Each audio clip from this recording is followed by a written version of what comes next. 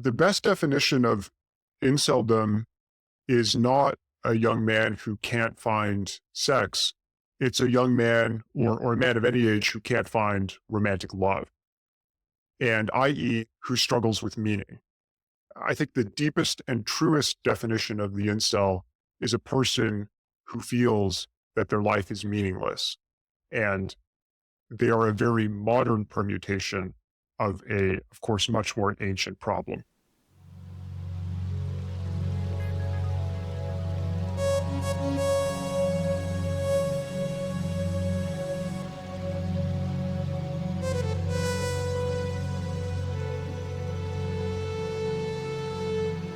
Welcome to Manifold.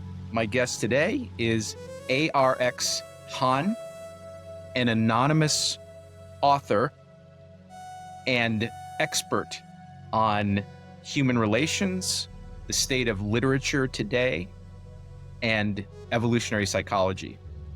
Han, welcome to the podcast. It's a pleasure to be here, Steve. I am a very big fan of your work in this show, and I am a frequent listener, so very grateful to be here. My pleasure. And let me tell the audience why I invited you. Obviously, I became aware of you on the internet, and I, at the time, glanced at your novel, which is called Incel. And we'll spend, at least a chunk of time, I think, in this interview discussing your novel, but I want to discuss maybe some broader topics as well.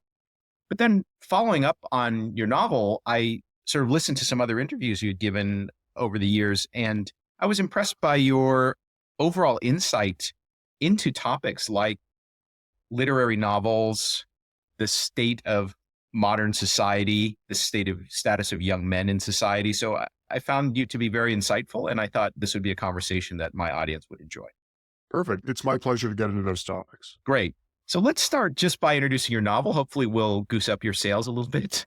The novel is titled Incel, and if I had to describe it, like I was talking to my son earlier today, and I was telling him I'm going to interview a novelist, and he said, "Oh, what did he write?" And the way I would explain it in my mind, this may not be the best way to explain it, but to me, it's sort of like a 2010-ish update of American Psycho, in which the main character is not a killer, a psycho killer, but his main difficulty is in basically getting laid, having sex with women. And he views the world in a very mechanistic, sort of autistic way, which is heavily informed by evolutionary biology or evolutionary psychology. Having said it that way, maybe you could react to it, and then maybe you could give the way that you describe the novel to people when you're constrained to do it succinctly. Absolutely. So, I mean, first of all, I think that is a pretty good characterization of the novel, given that Bret Easton Ellis, who wrote American Psycho, certainly was one of my primary literary influences.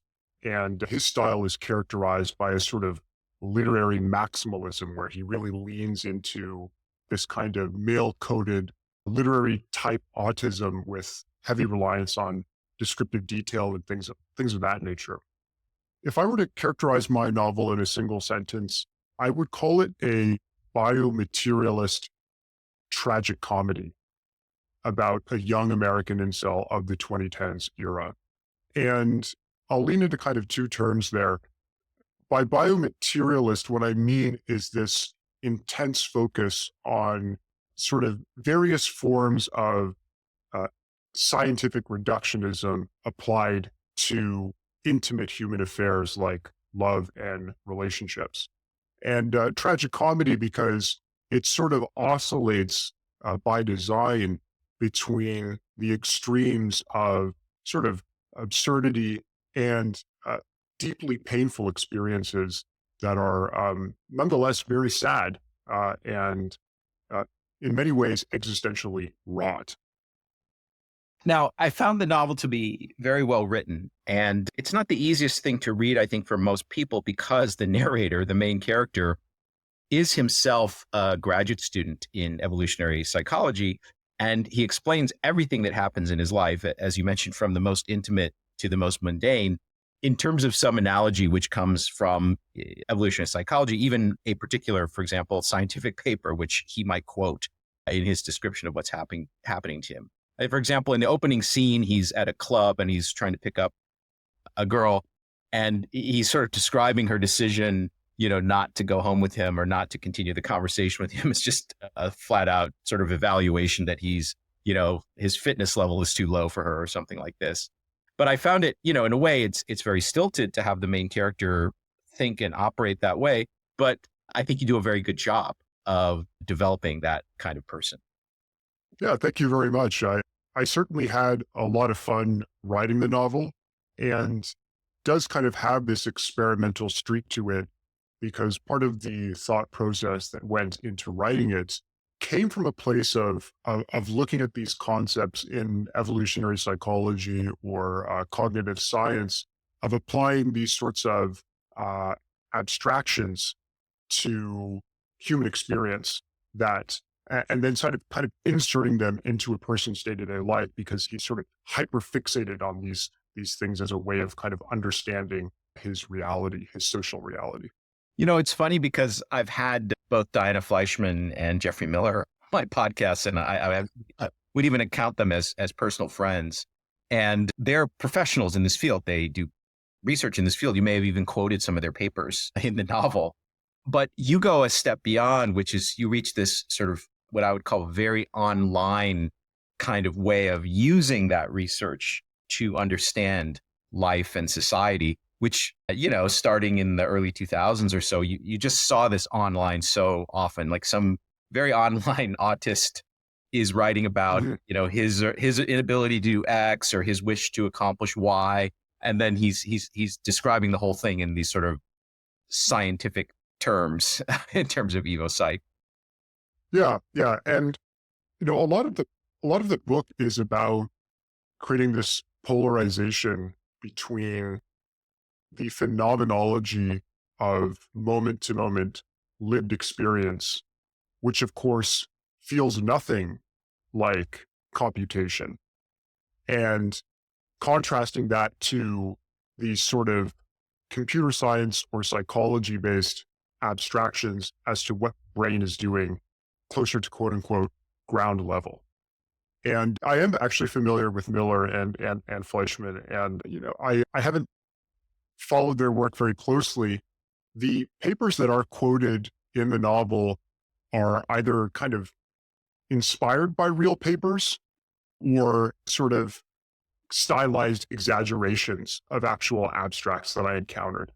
But, with literary fiction, I think the greatest joy comes from experimenting with the form rather than retreading, sort of more trope-like styles, for example. And one of the reasons that it was so much fun to write was because the current trend right now is a kind of MFA style literary minimalism. And going in the opposite direction, zigging if everyone is zagging was one of the things that kind of motivated me to take that very extreme experimental style. Yeah, let me bookmark two things that you just mentioned. So one is the idea that at bottom, we might be performing some kind of neural net computation, which has been shaped by evolution, et cetera, or our DNA. But the way we experience it as humans is obviously very different. And that's almost the theme of my podcast. So for example, today I released an episode in which I talked to this philosopher, AI researcher, Yosha Bach, and he's very interested in this phenomenology as well. The second thing I want to come back to later is your ideas about the current state of literary fiction, which I think I agree with you is pretty problematic at the moment. It's been super feminized, for example. But let's do that after we go deeper into your novel, because I really want the reader or the listener to actually have some idea of this novel. I think it's very funny. And if you can tolerate the fact that the narrator is this sort of kind of hyper autist, very online kind of, somewhat racist guy, a kind of guy that I think all of us have, anybody who's online themselves has encountered in discussion forums or chat rooms or something over time or on Twitter. I feel we're not doing it justice. So the reader, if you're at all interested, go to Amazon and read the excerpt and you'll get a sense of the novel. But I thought we would delve a little bit deeper into what actually transpires in the novel before we go on to those other topics. Sounds good. I'm happy to take it there. Great. So the main character is a white guy, grad student in evolutionary psychology. I think he says explicitly, "I'm not autistic," during the course of the novel. But how do you think of him? Do you think of him as an autist or just someone who's too, wedded to scientism? Yeah, I think it's a great question. I would say that canonically, I think this character is kind of in a gray zone, right? And the story kind of plays with this idea of what actually even is autism at the margins of a person being what would be considered high functioning, right? Because obviously, when you refer to autism, what you're really doing is you're using an umbrella term to capture a very broad range of psychological pathology, right? It's used in a sort of colloquial sense to describe, tech bros. But of course, there are people who are profoundly disabled by the disorder. And when it's used in sort of online casual parlance as a sort of a jab or as a sort of a joke, in many cases, a self-deprecating joke, they're obviously not referring to people who are, intellectually disabled and unable to communicate, as a result of the disorder or a concurrent disorder associated with that. So in the book, the narrator indicates that he doesn't believe that he has the diagnosis. He's sort of implying that he wouldn't, meet quote unquote, medical criteria for it.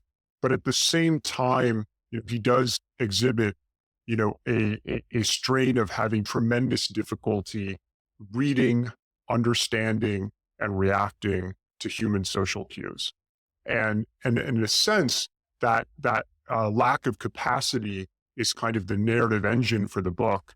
And he sort of treats this domain of social relations almost like a area of an unexplored kind of continent that he, as some sort of old style Victorian naturalist, must discover and uncover the secrets of, right? And that's why he makes these jokes about being a sort of kind of, Darwinian figure in the sense that he sees himself as a scientist.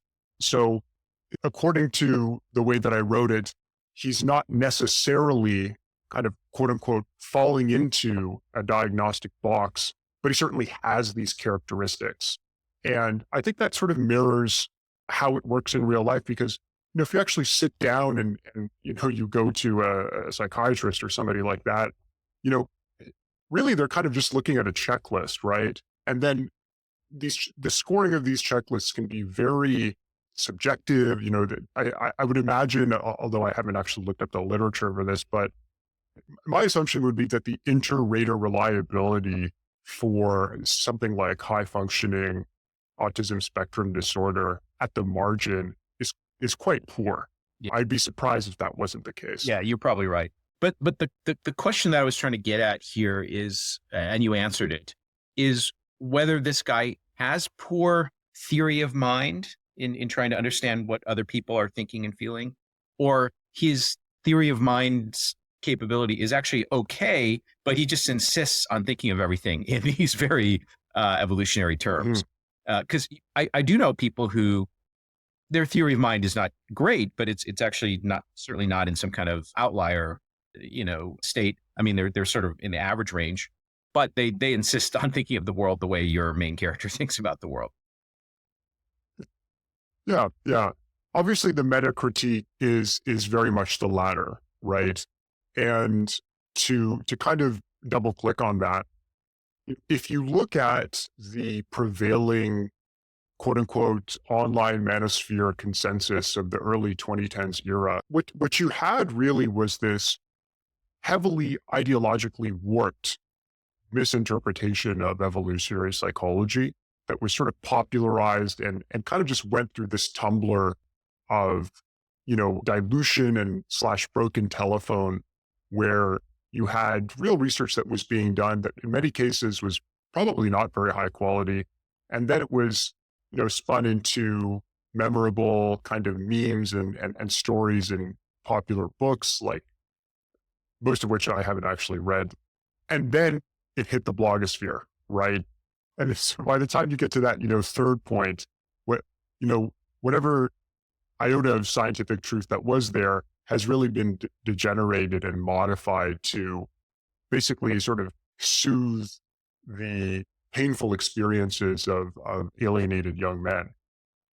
Yeah, the person who's really good at this is Jeffrey Miller, because he obviously knows the literature quite well, but also like for a while he was working with a guy called Tucker Max. I don't know if you know that name, but I do. I'm familiar. yeah, so he also has had direct contact with lots of young men who are like your Mhm. narrator.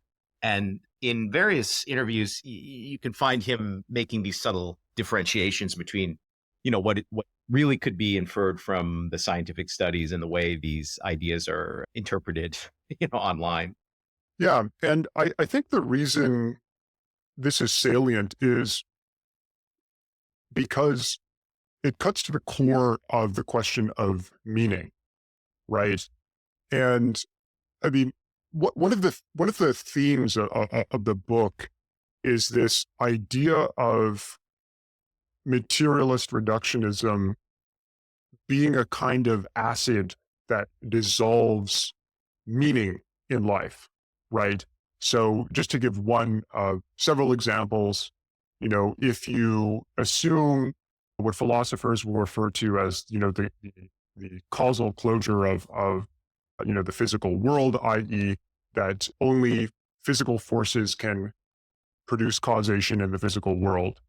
If you assume that to be the case, then what it does is it sort of it appears to lend itself towards this kind of nihilistic decomposition of all of the choices in your life, right? I.e., it starts to look something like a kind of hard incompatibilism where, you know, the phenomenological experience of free will is illusory, and therefore, by extension, the choices that a person makes are illusory.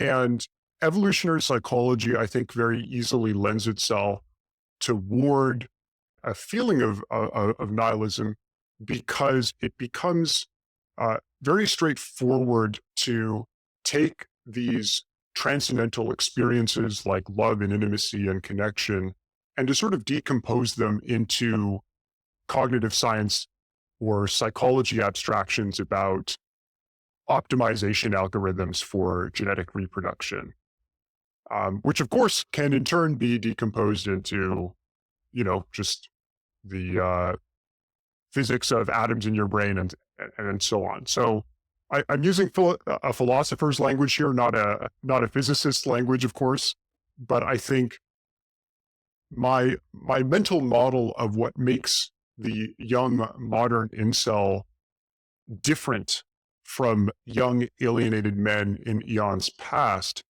is that I do think that there is kind of something historically new about this current lens of scientific reductionism applied to human relationships Yeah. that simply didn't apply previously. Yeah. So I think this is a good point. So idea of the incel is quite old. And, for example, in East Asia, the idea that lots of young men are not going to be able to reproduce because in those societies, if they lacked sufficient wealth, they were not going to have a wife. And so I think there's even a term like empty branches on it, like on a tree, a genealogical tree, like the young men who weren't able to reproduce. So the idea that there are sort of angry, frustrated incels in society at any given time is an old idea. But what's new about your take is that partially because of the internet and partially just because of the development of fields like evolutionary psychology, there's a subset of them that will perceive their inceldom specifically through this lens. And so I agree with you. That's a somewhat historically new phenomenon. I wonder, like, I would guess there are a lot of incels in the world today who are just guys who aren't particularly scientific in their outlook. They're just not very good with women. Like maybe they're unattractive or they lack testosterone or aggression or theory of mind or whatever, but they don't necessarily see it the way your narrator sees it. But I found that particular character quite interesting. Yeah, I think that's, when you write a book, you want to examine the part of a phenomenon that's sort of historically novel and departs from, the continuity of the past, right? And yeah, certainly throughout history, of course, there have been, men who were unable to find a partner / reproduce, right? But there does seem to be some particular mix of factors that have really kind of amplified this in I think contemporary times, and it's a new mutation, one might say in the West right now. Well, so there's there's one thing that's new, which is viewing your own inceldom through the kind of lens that your narrator does. So that is pretty new, I think. Second thing you might be saying is that the way society is structured these days, with women being much more empowered, or some other factors, there's a new manner in which people are forced to become incels. I think there's sort of two separate things there. Yeah, yeah. So for example, there are different cultural instantiations of the same underlying phenomenon, but I think the way that in contemporary times that people self-identify with this as a category of identity, I think that is a sort of novel phenomenon. Right. And would you, would you date that to Elliot Rodger? So I wouldn't say that I'm a kind of deeply knowledgeable about the sort of historical lineage of how the term originated and mutated. My understanding, based on, articles that I've read, is that it actually originated with a woman.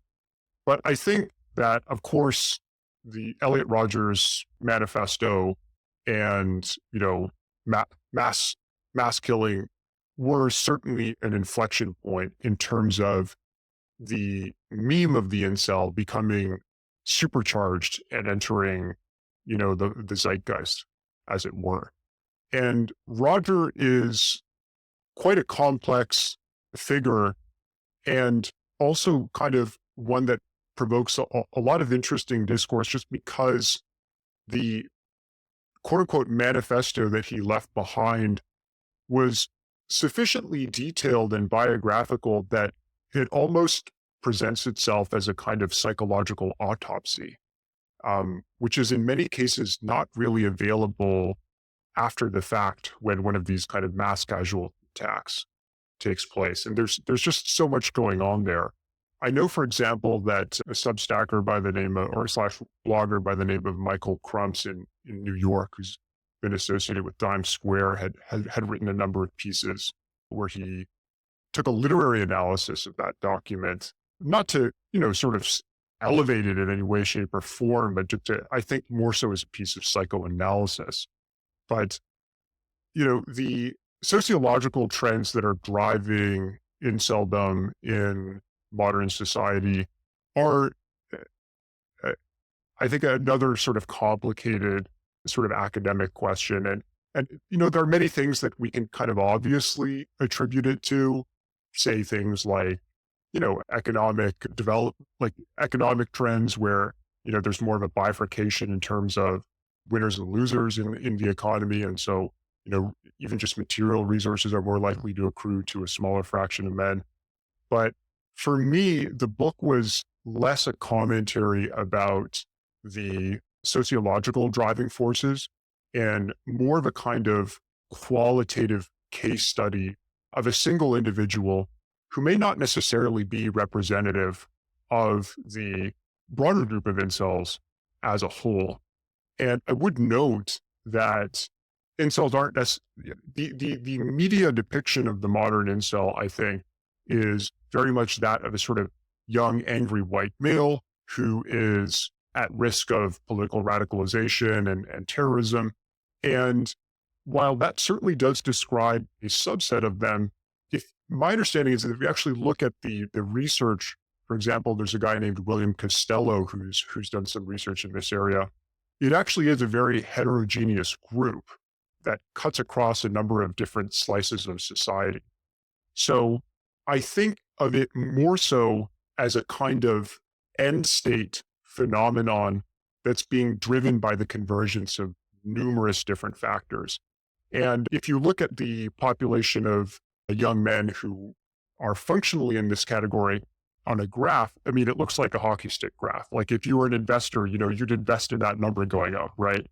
Yeah. I mean, not that that would be a good thing, but I, yeah, go ahead. Let me just jump in and say a couple things. So first of all, for the listening audience, if you're not familiar with Elliot Rodger, and I'm sure like if you're a certain age, a guy of a certain age, or you're very heavily online, you know who Elliot Rodger is. But for a lot of my audience, who are old academics or something, they have no idea what we're talking about. So Elliot Rodger was a student at UC Santa Barbara who went on a killing spree, and he killed his roommates in Isla Vista, and then he killed some, I think, sorority girls. And later they found his manifesto, and he was a deeply frustrated, basically incel. He happened to be mixed race, so half Asian, half Caucasian, had a bunch of self-loathing over that, had real issues with women, et cetera, et cetera. But the whole story about Elliot Rodger and what he wrote in his manifesto, I think, or I don't know if it's actually a manifesto or more of a diary, but in any case, it's very fascinating if you're interested in the subject. So I recommend people in the audience who want to learn about the modern incel phenomenon. I think Elliot Rodger is an interesting place to start. The other thing I just wanted to mention is that your novel is pre the takeover of online dating apps, right? So the main character is actually trying to meet women in a bar. And so that's a slightly earlier era. Some people claim that with the advent of dating apps, you have this phenomenon where a woman who's sort of average can be the booty call for a super attractive male. So you have these males that are on the apps, and the apps allow them to sort of scale their impact. So if you're a super attractive male, you can have booty calls with girls whenever you want, but they're all not necessarily, say you're a 9, the girl that you're having the booty call with is not necessarily a 9, but the women who are 5s and 7s don't want to date male 5s and 7s because they can occasionally be the booty call of a male 9. And I think, at least online, people sometimes attribute the rise of Inceldom in part to the dominance of the dating apps and the phenomenon that I just described. I'm wondering if you find that to be plausible at all. Well, I think there's so many interesting threads there to sort of pull on, right, in terms of kind of modeling these intergender dynamics, right? So, I think broadly speaking, that I think in terms of the online gender discourse, that model of the modern dating app being this kind of perfectly efficient distribution mechanism to allow, the top echelon of men to basically access, any woman they want. And then those women kind of sort of imprinting on this top echelon of men as kind of a standard bearer. And then that creating a kind of sort of increase over times in terms of sort of what might be considered, an adequate mate. Certainly, I think the story makes a lot of sense. I have, however, seen that data contested online, but memory escapes me in terms of who had contested it and how actually weak the empirical grounding for that was. My recollection is that the amount of, quote unquote hookups that were actually taking place, through these apps was actually it was held to be overstated. So I do think there is still some controversy about to what extent that's happening and to what extent other kind of maybe less obvious and more kind of oblique mechanisms might actually just be depressing the amount of, dating and mating that's taking place in general. So for example, a lot of people go onto these apps and it provides a kind of simulation of companionship, a simulation of going on a date. And then they kind of flake on the dates or they don't go out on the dates at all. And it sort of kind of whets a certain degree of appetite without actually leading to, any sort of physical connection at all. And my understanding is that if you actually look at data with, say, Gen Z, they're kind of less active in this kind of, whatever you want to call it, dating/mating frequency relative to previous generations. And so it wouldn't surprise me if actually the main thing that seems to, or one of the primary factors, rather than just merely the apps themselves, might actually just be the phone. itself, right? And I think the kind of the phone is a sort of source of dopamine and distraction and providing a window into simulated experiences. And my understanding when I look at the writing of or the tweets by guys like Marko Jukic at Palladium Mag is that nobody really knows why fertility in general is being depressed so dramatically, right? And it seems just like the whole thing is kind of like an open empirical question, and incels are just a subset of that question of depressed fertility. So to me, it in many ways, I think you can arrive at these highly intuitive explanations, but my sense is that the world is more complex and the answers than we would initially assume, and the answers might be a little bit more elusive than that kind of anecdote Yeah, would suggest. I think I agree with you that we don't really know the reason for either for fertility decline or for the rise, if there is a rise of, I think there is a rise of inceldom among young men. So I don't think we really fully understand what's happening. This phenomenon of hypergamy amplified by dating apps. I think another guest I had on the show, Rob Henderson, who's I think he might be younger than you. He definitely, I think, did live through that era when he was an undergrad at Yale, and I think he has at least anecdotal stories about friends who did sort of shockingly well in the apps, and then other friends who couldn't get a date on the app. So at least anecdotally, I think that kind of amplification of inequality in the dating market seems to be true. But the best thing would be, of course, to look at OkCupid data or something and look at like Yeah. what exactly are these not male nines up to versus the male fives. I guess I always had this marked in my head as plausible but not high confidence that this is actually how it's working out. But anyway, I would love to have a day at OkCupid in looking at their data. Yeah, I mean, they pulled that famous blog post from 2013 where they Yep. published all the data around race and dating, and Yep. Well, so yeah, they keep that close to the chest now, I'm sure. I think there were two. That one was obviously very impactful, in the meme space. And the other one is that men, if men rate women for attractiveness, the peak attractiveness, even as the male gets older and older and older, the peak attractiveness of the woman that they want is around age 22 or something. So, but whereas it doesn't work that way with women, women are rating Right. older, men who are roughly their age as being either the most attractive or the ones they think they have to settle for. But yeah, so that was another, for feminists, very damaging, bit of data analysis. Okay, coming back to the book, the main character's best friend is an Asian American. He's Korean American. He's sort of hyper masculine. He's a big, strong guy and participates in MMA and gets in fights and things like this. Now, I think you yourself are Asian American. I'm curious what you were thinking when you wrote it, as main character is white, but best friend is Asian American, and there's a certain amount of racism, the kind of like HBD racism that would have been common for men. Well, maybe still is common for highly online men of this type. What were your thoughts in terms of formulating that relationship? Yeah, for me, that's actually the most important relationship in the novel, I think, right? Because it's a way of showing a couple of different things, essentially, right? So the first thing that was of interest to me was depicting a Asian American male character in literary fiction who is not only sort of masculine, but almost kind of, to an extent, one might argue, pathologically hypermasculine, right? And that simply isn't the type of literary character that you really see represented in fiction. And again, one of the things that compels any writer to write a novel is to write characters and stories that just haven't been done before, right?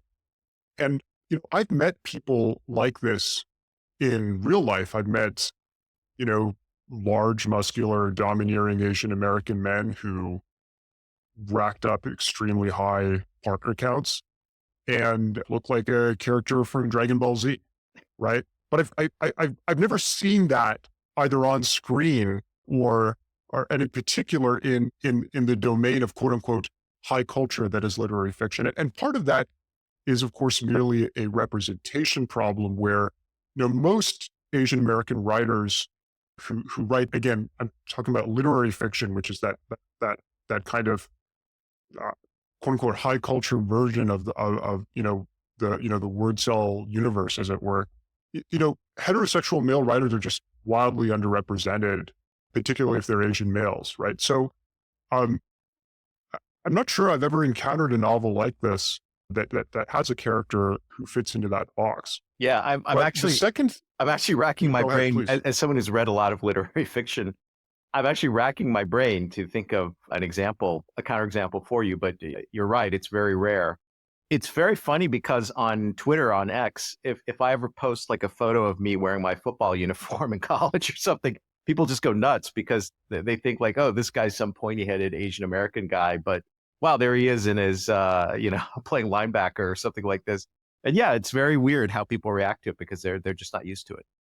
Yeah, and the thing is that people like this and people like you exist in real life, but so why shouldn't they exist in a fictional story?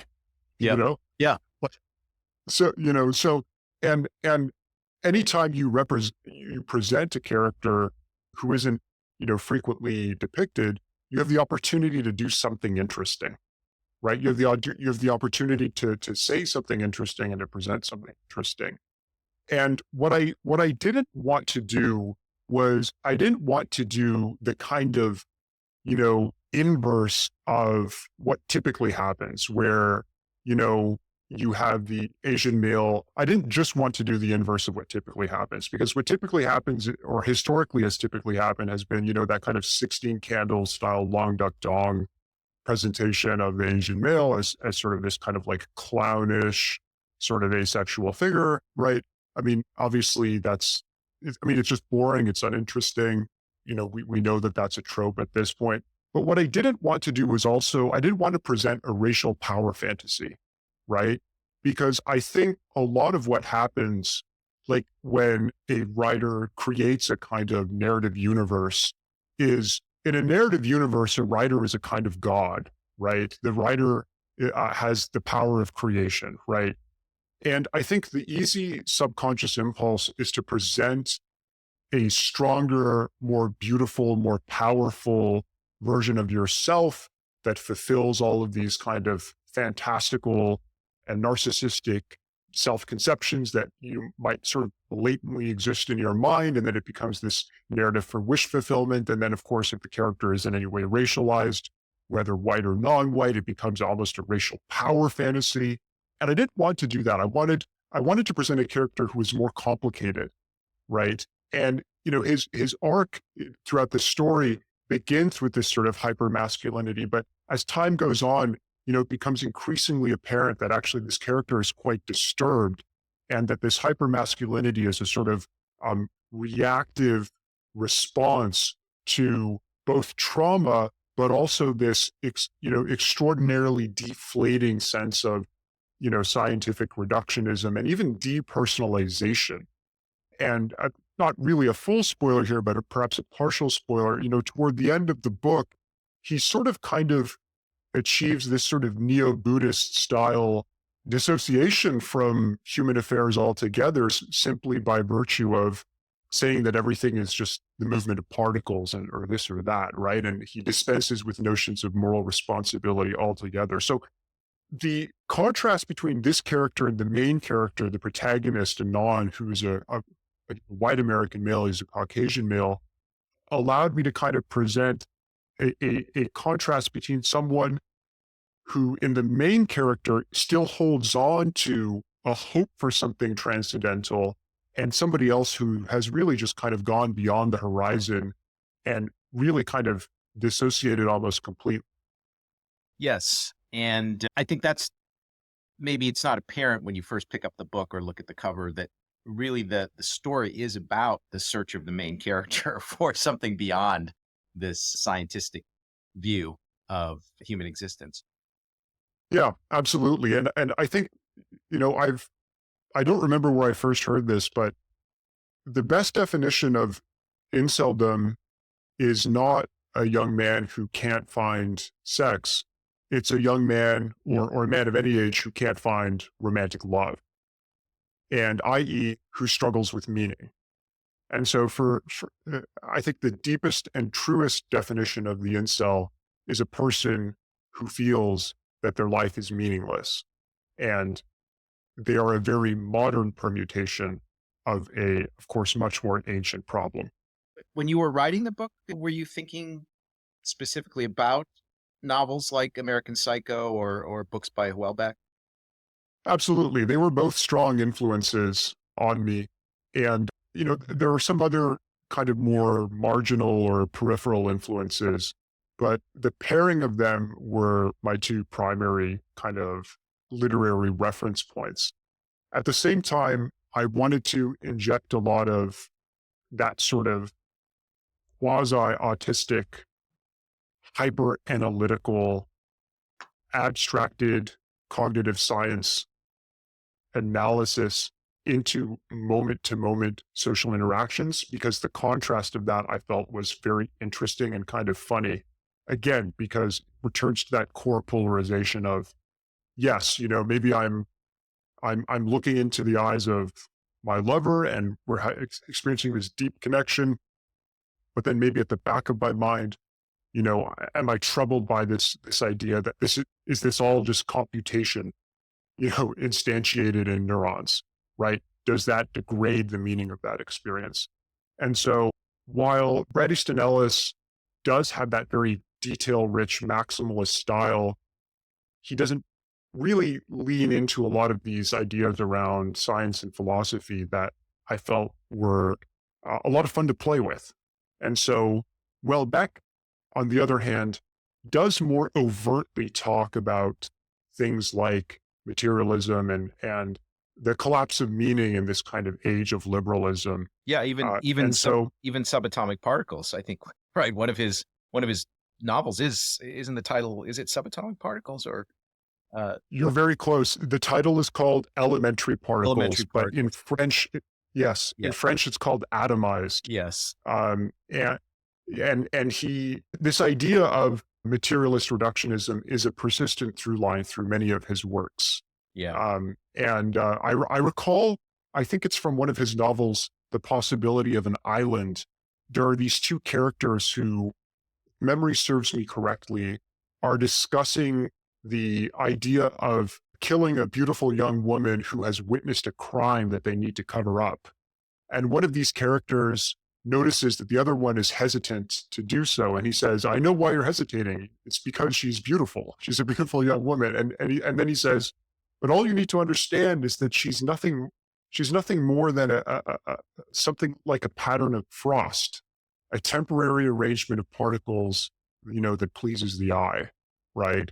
And so, Houellebecq famously predicted the phenomenon of the modern incel decades ago in his original novel titled Whatever, which is about this sort of middle-aged, disaffected computer programmer who is friends with a young incel.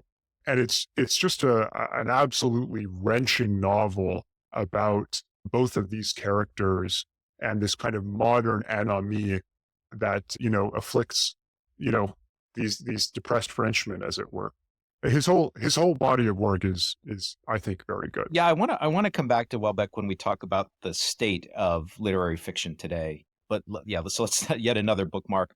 I have to relay this anecdote to you, which you might find amusing, which is that, so I'm old enough that when American Psycho first came out, I guess it was the late 80s or maybe early 90s, I was actually hanging out with a bunch of derivatives traders in New York. For a lot of my former physics colleagues, had become, my age, had become derivatives traders, and they lived in Manhattan. And the book came out around that time, and they found it, really amusing. And the fact that, for people who haven't read the book, on every page, the main character is obsessed with things like the designer labels on other people's clothing, or the quality of their business cards, and things like this. And my friends found it, they found it really, who were actually in that world, found it incredibly fascinating, but ultimately it's kind of just, I don't want to say a trick or a kind of a single note gag, but for you, it's deeper because, the equivalent of that obsession with these markers of elitism, et cetera, in American Psycho becomes for you this quasi-scientific way of viewing, humans as computational machines or DNA engines, et cetera, et cetera. It's a deeper mechanism to inject into the book, I think. Yeah, and so it's both a running joke, but also an expression of existential horror. And I think that sort of tension between those two things is what carries through, the energy throughout the book itself, like all the way from beginning to end, right? And being able to release that hyper-analytical lens and to just accept the direct, veridical experience of meaning is, ultimately the thing that I think moves this character, toward the end of the novel. But I think everything about our modern world pushes us away from being deeply present in a way that would build and cultivate meaning. And I think what's so insidious about scientism or reductionism is that it presents itself as a scientific argument when really it's actually a philosophical argument, right? Because this, whether or not, the brain is doing a form of computation, as, most people I assume would agree, doesn't have some sort of simple linear relationship to meaning. And I think prying that open and kind of repeatedly examining that from different angles is what takes up, the bulk of the novel from chapter to chapter. Yeah, that's why I say as a gimmick, a literary gimmick, it's much deeper than the one that Bret Easton Ellis used in American Psycho. As someone who is mostly a materialist, and accept, being a working physicist, I accept that, Mhm. we live in a universe that's governed by, natural laws and mathematical equations. I think it's always been the case that meaning is something, as you said, philosophical, that, your ape brain can decide what meaning it wants to give or extract from the events or phenomenology of life. It does nothing to do with whether the whole thing is being instantiated on a background of atoms and photons and things like this. So I agree with you. That's a philosophical question, not a scientific question. And, you sort of gave the spoiler away, which is that, initially you pick up the book and you might think this is going to be some amusing tragic comedy about this incel guy and the weird way that he looks at the world. But in fact, you're actually addressing one of the deep philosophical problems of our time, which is if you accept science, then how do you extract meaning? How do you come to Mhm. extract meaning to the events and phenomenology of our lives? Yeah. Yeah. And one question that I actually would have for you, Steve, if I hope you don't mind if I ask you one question, No, not at all. you know, as a, obviously you're a physicist, what's your take on, the hard problem of consciousness? Like, I'm very curious about this, and I mean, maybe you don't believe the hard problem exists. Maybe it's just a kind of language game invented by David Chalmers. I don't know, but I would love to. I'm always curious about this because it's not often that I chat with a physicist Well, it's and a polymath. yeah, it's not just being because a lot of physicists wouldn't really necessarily have particularly deep thoughts on this because they may not care about this question. You have to be a physicist who's also interested in things like cognitive science and AI and stuff like that, right? So I guess the way I would say it is that, there are many parts of information processing of our brains that we're not consciously aware of. So our consciousness is this really sort of thin, foamy layer at the top of all the computation that's going on in our brains. And quite often things are going on which that conscious layer is not aware of and only then becomes aware of after, in effect, a decision has been made. But the conscious layer perceives it as an active decision that it made when in fact, maybe it was determined by lower level processes. And so you might ask, well, why do we need this conscious layer? Well, it may be that it's got evolutionary advantages for the brain to perceive itself as an autonomous organism that makes decisions, and those decisions, have consequences. So I guess there isn't a simple answer. I think it's some kind of emergent property of all the computations going on in our brains. One of the big things people are concerned about is, could we build an AGI which, quote, isn't conscious? It doesn't have the perception of perceiving itself thinking or perceiving itself at a moment in time and having to make a decision at that moment in time, et cetera, et cetera. So I think these are all very deep questions. Now, whether we'll ever have sort of clean answers to these questions is very unclear. Yeah, thank you. I was very curious about it because I know, you have an opinion on, I think, every important question of our time. So, yeah. One way I know that your characters actually have the two main characters actually have a conversation about free will and determinism, and even I think at one point many worlds quantum mechanics, which I like. I would say in terms of free will and consciousness, it's possible, again, like assuming the sort of maximal materialist kind of interpretation of science, it's possible that we have only the illusion of free will and consciousness. But nevertheless, those are very powerful things in the phenomenology of our lives. Oh, certainly. Certainly. I mean, without free will, it's hard to maintain moral responsibility. And, that's one of the topics that, sort of ricochets around the narrative. Yeah. My own thinking about this is just very personal. It's not normative for other people, is that I might accept that I'm a even almost deterministic machine that's responding to inputs and the way that DNA structured my brain and all these other things. But almost for just aesthetic reasons, I want, there's certain states of the world that I prefer to others. There's certain ugliness that I'd rather not have in the world. There's certain ugliness in the way that I live my life or that I would not like to have. So in a way, like that sense of morality or purpose or meaning is emergent, from aspects of me that I don't control. But in my mind, they're almost aesthetic. They're almost aesthetic choices of just what is a better world? What is a worse world? And I think it's not inconsistent to say that, yeah, I'm just a deterministic, machine executing some algorithm. Nevertheless, I do have some kind of sense of meaning and moral system that I've developed. I don't think those things are really in contradiction. So I don't think nihilism is a necessary consequence of the realization that you're a machine.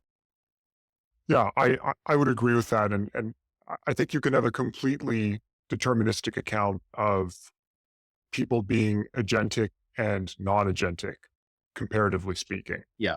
So I'm totally aligned with that view. Good. So last thing before we turn to literature as a broad subject, let's stick with philosophy for 1 second. I think you said you had not read Nick Land when you wrote the book, but then later someone told you, hey, your book is basically, a Nick Land themed book. Is that true? Funny enough, it's 99% true. So the one thing, so basically I wrote the vast majority of this book before I read any Land. And the one thing that I read by him was a very famous essay called Hell-Baked, which appeared on his Xenosystems blog, I think 10 plus years ago. And it's this very kind of potent rhetorical account of what we might just characterize as Darwinian nihilism. He refers to human beings as genetic survival monsters born out of, infinite cauldron of suffering or something like that. And what I respected about that essay is, it's an incredibly powerful essay. I recommend that everybody read it. It's called Hell-Baked. Meltdown is also, of course, an exceptional essay. What I think is so powerful about this is, it takes the problem of suffering seriously and places it within the philosophical context of evolution. And when I say philosophical context rather than scientific context, what I mean by that is, I think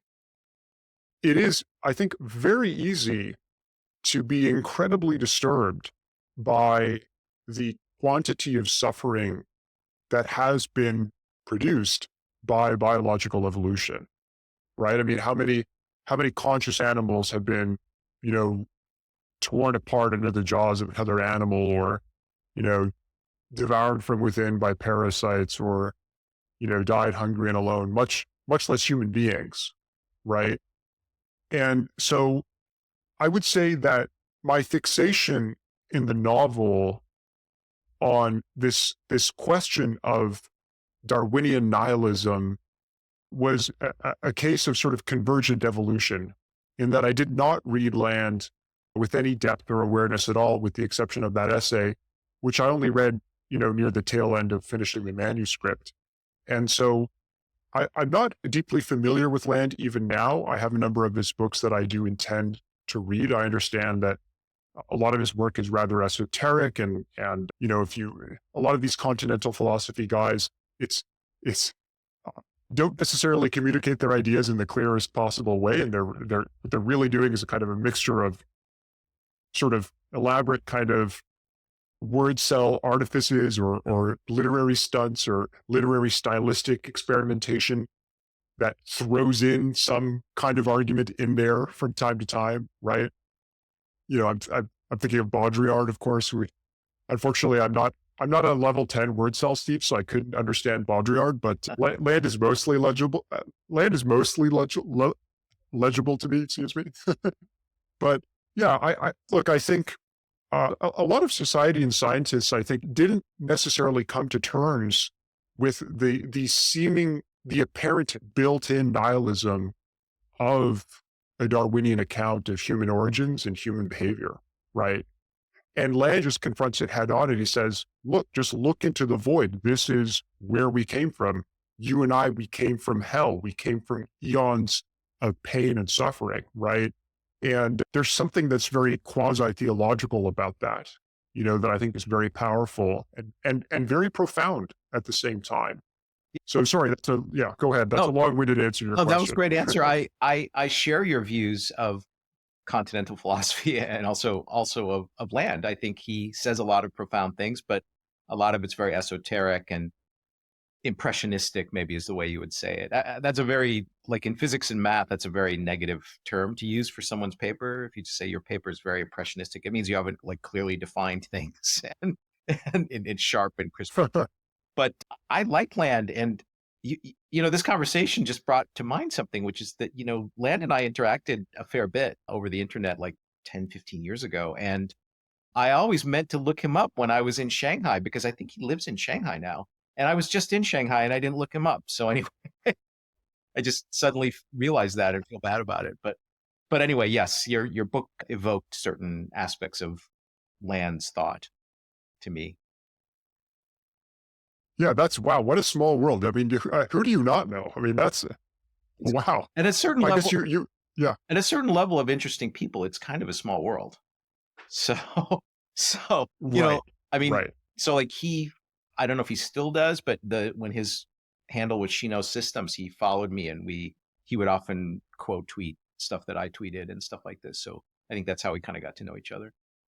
Well, sorry, just to interrupt you and go on a bit of a tangent. Yeah. I don't know if you've read his famous essay Meltdown from, I think, the earlier mid-90s, but there's this famous line in there where he says, Neo-China arrives from the future. Yeah. Right. Where he basically sort of,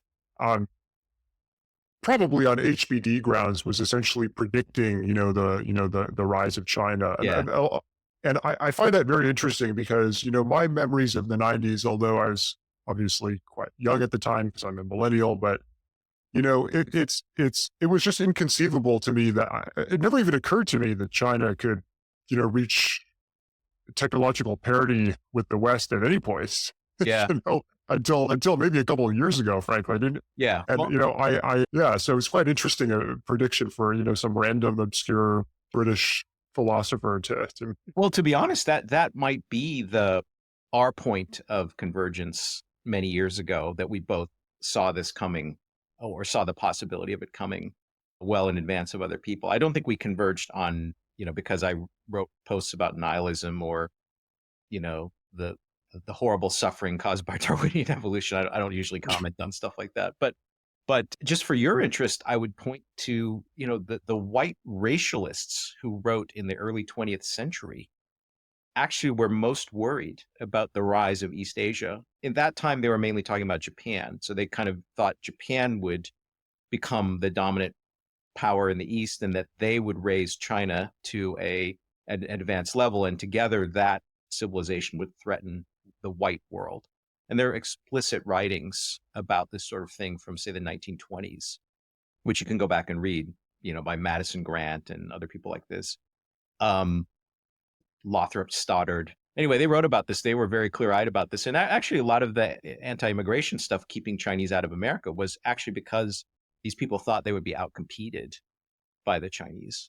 And in fact, were being outcompeted by the Chinese in California, people building the railroads or running small stores or restaurants or laundries. They realized these guys were actually very formidable economic competitors and didn't want them. So it's interesting because by the time 1990s rolled around, you wouldn't necessarily think this was possible, but people in the almost 100 years before that thought it was definitely a possibility. That's fascinating. I wasn't aware of that particular history, although of course, I was broadly aware of things like, the original Yellow Peril and stuff of that nature. Yeah. But yeah. Part of Yellow Peril was these people are horrible and their civilization is very different from ours and we don't like it. But part of it was they're actually going to outcompete us. And in fact, if you go even further back, like around the time of like George Washington, all the silver in the world was accumulating in China because China could make porcelain and would sell tea to the West and stuff like this. And the West didn't have much to offer. In fact, what a very lucrative trade for ship captains around that time in the United States was to bring furs to China in exchange for silver and porcelain and other goods. And at that time, you can read writings of sea captains who were operating, say, around the time of like George Washington, like the American Revolution, who would write that China was much more advanced than the European civilizations.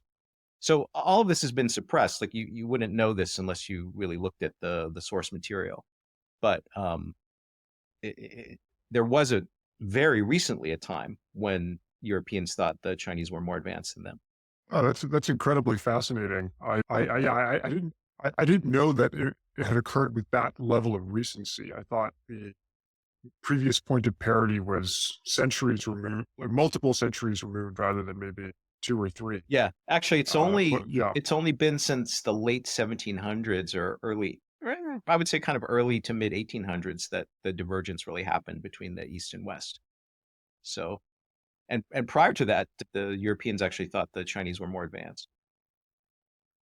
Another guy who wrote about this a lot is Leibniz. Leibniz was obviously a mathematician and philosopher, but also a big polymath. And he was a huge advocate of Chinese civilization, even though he never traveled to China, but what he knew about it, he liked. And so he was a big advocate for Chinese civilization. Oh, it's incredibly interesting. I had no idea Leibniz even had any opinions on, China at all. Yeah. So if you just type in, a surprise. Just type in Leibniz China into Google and you'll find tons and tons of material on this. Will do. Yeah. Okay. So back to the state of literary fiction. I've heard you talk about this. I agree with your diagnosis. Just to summarize for the audience, the gatekeepers for who can publish a quote serious novel these days, those gatekeepers tend to be super woke, super feminized, and very uninterested, if not outright hostile to novels which are really about a kind of very masculine male experience. And so consequently, there's a whole set of fiction that, in the days of Hemingway or, even much more recently than that, would find its way into prestige publishers and now just can't be published. And I think you've spoken pretty eloquently about this. Yeah, I think it's a really interesting sort of almost like an empirical question to theorize about, because the change has been so stark, right? I mean, you're up to a certain historical point, you can almost, identify each literary era by, various kind of prominent, white male, let's just say, for lack of a better term, straight white male novelists. And then it's hard to be precise about this, but let's say perhaps roughly, 20 or so years ago, maybe 25 years ago, with the possible exception of Welbeck, they all kind of seem to sort of, and Cormac McCarthy, who I guess now has been canceled, I suppose, after his death, but they all kind of sort of just seem to disappear. They seem to recede.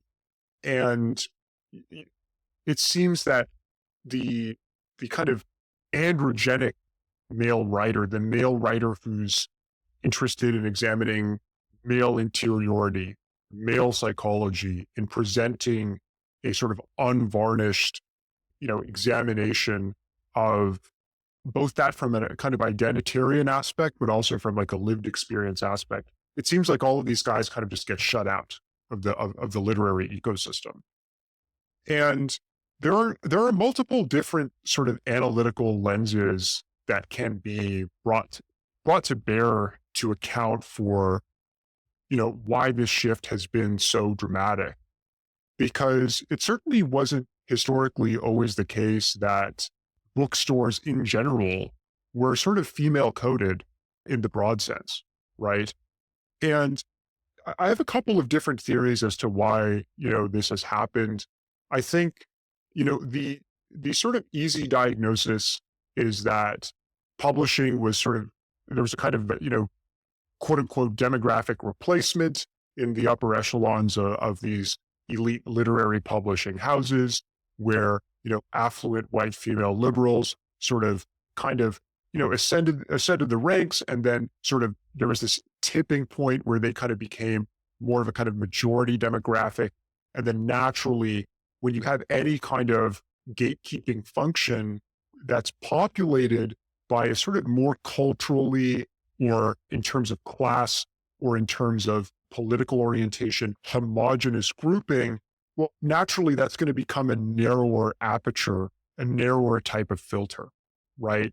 And so the term that I use rather than feminization is basically a term that I just sort of invented. I call it psycho-demographic class capture, because I don't think it's merely a question of quote unquote feminization. I think it's the result of a confluence of multiple intersecting factors, right? It's not just that the gender balance in these institutions it went beyond a certain tipping point. It's also that there is a broader kind of class element to it. And it's also that sort of class element is itself defined by a sort of PMC style tight consensus on what we might call leading edge secular progressive morality. Certainly it's possible to call this, quote unquote wokeism as such, but I think because of how dynamic and how much that, that term mutates at the frontier, I kind of just use my own sort of language to describe that. But the way that I would essentially describe it is as follows, which is,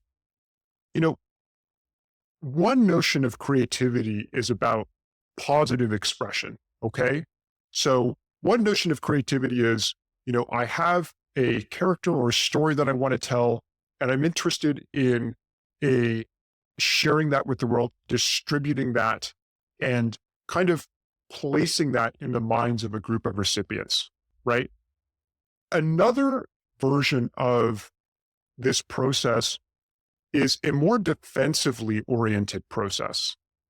So my theory is that we kind of go through these cycles, these macro cycles of comparative libertinism in the creative fields and comparative strictness, okay? And whether a field is comparatively sort of free or comparatively strict just takes on whatever the contemporary prevailing system of morality and culture dictates it to be, right? So I think we just happen to be in an era where leading edge secular progressive morality and its moral dictates are ascendant and have effectively sort of captured this class of PMCs who are the gatekeepers, and they've greatly narrowed that aperture in terms of what can be published. Because any sort of really brutal or unvarnished description of male interiority just can't get through these gatekeepers really at all right now. And I think the experience of the modern male novelist in contemporary terms is that his manuscript, his story is almost sort of a political campaign where he feels compelled because of institutional incentives to minimize the attack surface of the story, to minimize the attack surface of the novel. So Eric Hoel, who's a prominent blogger on Substack, writes about this idea of minimizing attack surface. And the reason is that the dynamics of living in a sort of purity culture where people are kind of searching for transgressions, right? Even the concept, of course, of the microaggression is interesting because it contains within it a sort of logic, right? It contains within it a sort of search function, right? It's like, oh yes, I need to locate and destroy the aggression, even if it is microscopically sized, right? And funny enough, I say that as a person who actually believes in the concept of a microaggression as actually being valid. Now, that's a bit of a sidebar, but to summarize my points here, basically, I would say a couple of things. I think one, I think the zeitgeist and the culture and therefore cultural institutions oscillate between periods of having a libertine sort of attitude and periods of having a strict attitude, right? And point number two, I think we're currently in a sort of secularized purity culture in literary institutions specifically, where, manuscripts are having to pass through sensitivity readers who are actively searching for impurities, moral infractions that might lend themselves to different negative isms of a different sort. And three, I'd say that the end result of this tight system of restrictions is to kind of collapse the artist, the literary artist, into a sort of tight and narrow box, a kind of coffin. I call it sort of purity coffin, where they feel compelled to analyze their own story for moral flaws that need to be excised as if they were impurities. And what this does is it simply imposes too much fear upon the working artist, and it constrains and prevents them from really being their best selves and producing the best possible work. So sorry, forgive my sort of extended rant there, but I think it's just such a rich topic that has so many different interesting layers to it because it sits within this broader cultural context that we're all, of course, living in. Now, from a market perspective, I mean, ostensibly these publishing houses are businesses, although, as we all know, for ideological reasons or whatever reasons, often the gatekeepers will damage their own businesses. Why aren't there emerging other presses which sell to the demographic that wants to read these, I guess you would call them androgenic or sort of, novels which address issues of male interiority? Are we seeing presses like that start to appear, or are artists like yourself able to just sell directly on Amazon to that readership? How is this going to equilibrate? I think broadly speaking, we will see this equilibrium sort of restore itself. But I think there are some additional considerations to take into place. So to answer your question, yes, there are some alternative presses that are popping up. You see, for example, I think Skyhorse Publishing has an imprint called Arcade. They're publishing writers like Matthew Gazda and Noah Kuhlman. There are, of course, notable examples like the minimalist autofiction writer Delicious Tacos, who's achieved a not insignificant level of success just selling books directly on Amazon. And I am also aware, for example, of guys like Dan Baltic and Matthew Pegas of the New Right podcast who are going to have a press. I think it's called New Ritual. So I think these things are happening, but I think notably, the absolute figures are still, in comparison, quite small. And it could just be that in this previous kind of 20-year period where it became very difficult for, for let's say androgenic fiction to be published. It could just be that that market has kind of shrunk because men are now conditioned to video games and pornography essentially as their primary sources Yes. of entertainment. Yeah. And lastly, from what the latest data that I've seen is that Generation Z is sort of almost subliterate on average, and really they can only get through sort of short form video or long form video. They're watching video essays rather than reading. So, it wouldn't surprise me if literary fiction becomes a sort of conservatory art form in the age of the, dopaminergic hyperstimuli, right? Especially as entertainment becomes, AI optimized, especially as entertainment becomes increasingly delivered through AR and VR experiences that maybe approach photorealism. And I think, we word cells have to accept that, I think. I love fiction. I love literary fiction. I think it's beautiful art form.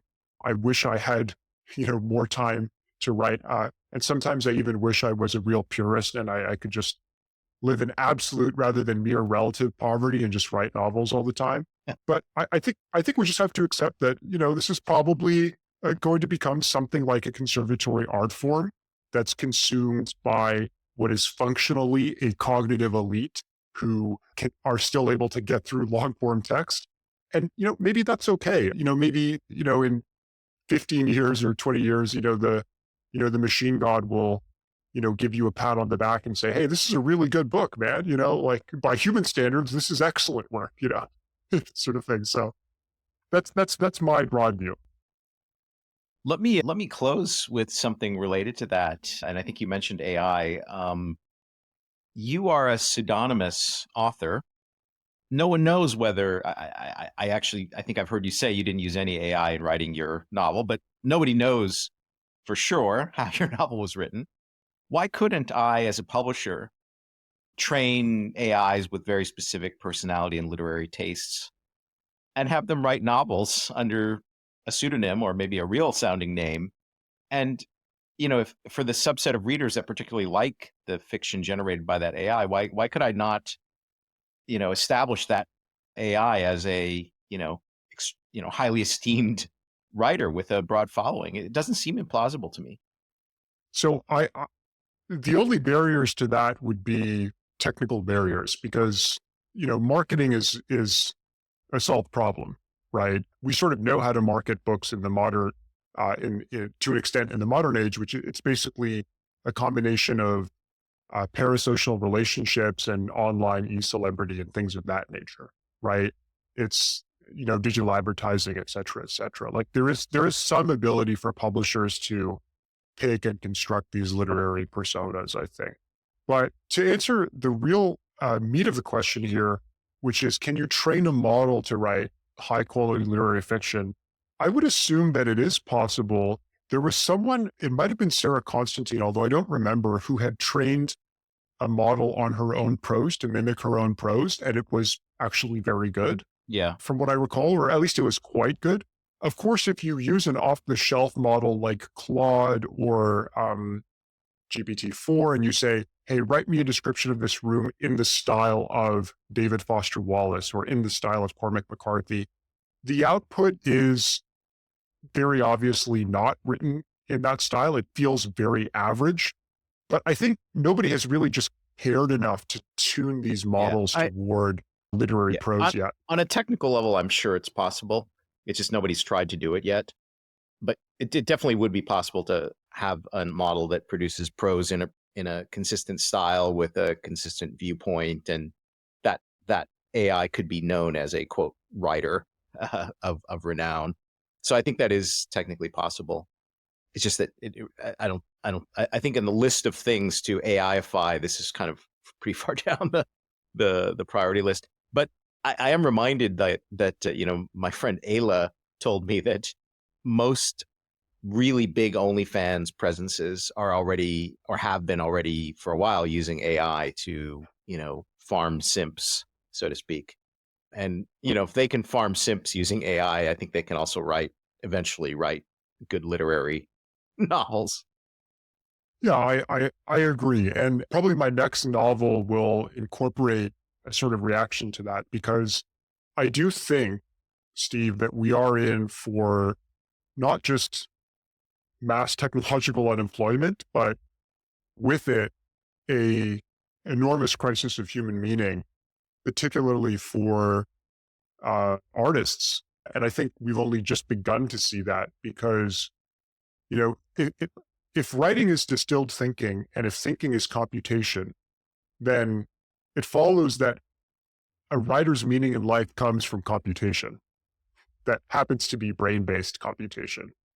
And when we arrive at the inflection point where machine prose can meet or exceed human skill at the upper echelon of the literary writer, I think that will be a true crisis for the word cell, in the same way that, the loom was a crisis for, the automated loom was a crisis for, whoever's doing it by hand or whatever. Yeah, I think the role of the AI here is, in one sense, just making very obvious the problems which, the narrator of your novel already understood, through abstraction, right? But through abstraction, he realized, well, if I'm a machine built out of atoms, how could I possibly have any meaning, et cetera, et cetera. The fact that I can build a thing out of silicon that actually writes as well or better than you, or writes as entertainingly as a great human writer, that will just make the whole thing just very, very viscerally real for many more people. Yeah. And I'd be lying if I didn't think that was in some sense a tragedy. Although, of course, at the same time, I'm sure this technology will, produce all kinds of incredible breakthroughs. So I think it's just going to be very weird. And actually, I have a personal goal, Steve, which is, I want to hopefully get my next novel out before, these LLMs have been tuned to high quality prose, so I can say, hey, I got it in before, the gate closed, right? And so we'll see if I can write fast enough. I'll tell you something I noticed just in the last year, which is that in the past, it's been very hard for example, Chinese or Japanese scientists to write really good English in their scientific papers. So they would have to be very heavily copy edited. Like if you had a collaborator who was a native speaker, that person would, have to spend a lot of time editing the paper so it read well. But what's happened just in the last year or two is, because the models have gotten so good, I now routinely read papers in which every author is, say, a Chinese scientist. There's 10 authors. I was just reading one an hour before you and I got on this podcast. An AI paper, all the authors are from universities and institutes in Shanghai, but it's written extremely well. And I know exactly what they did. They wrote it in Chinese, and then they passed it through an LLM, and it reads extremely well in English as if it were written by a native speaker. So just even that change has happened just in a couple of years.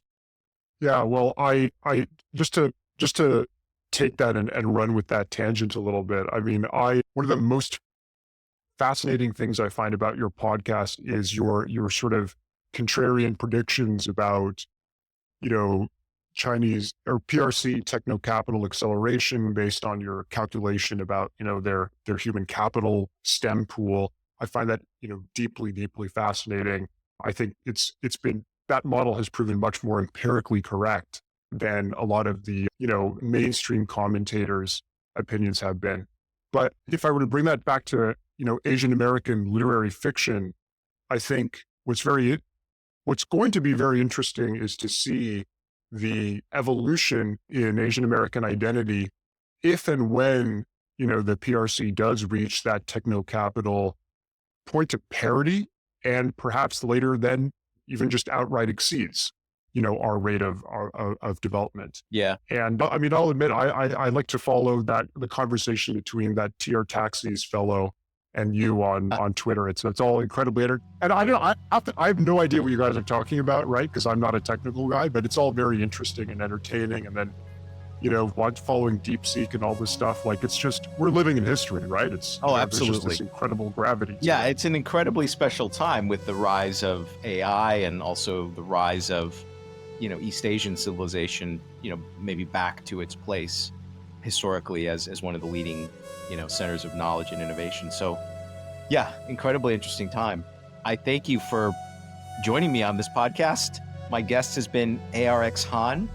His novel is called Incel. Please buy it. Thank you very much. Thank you.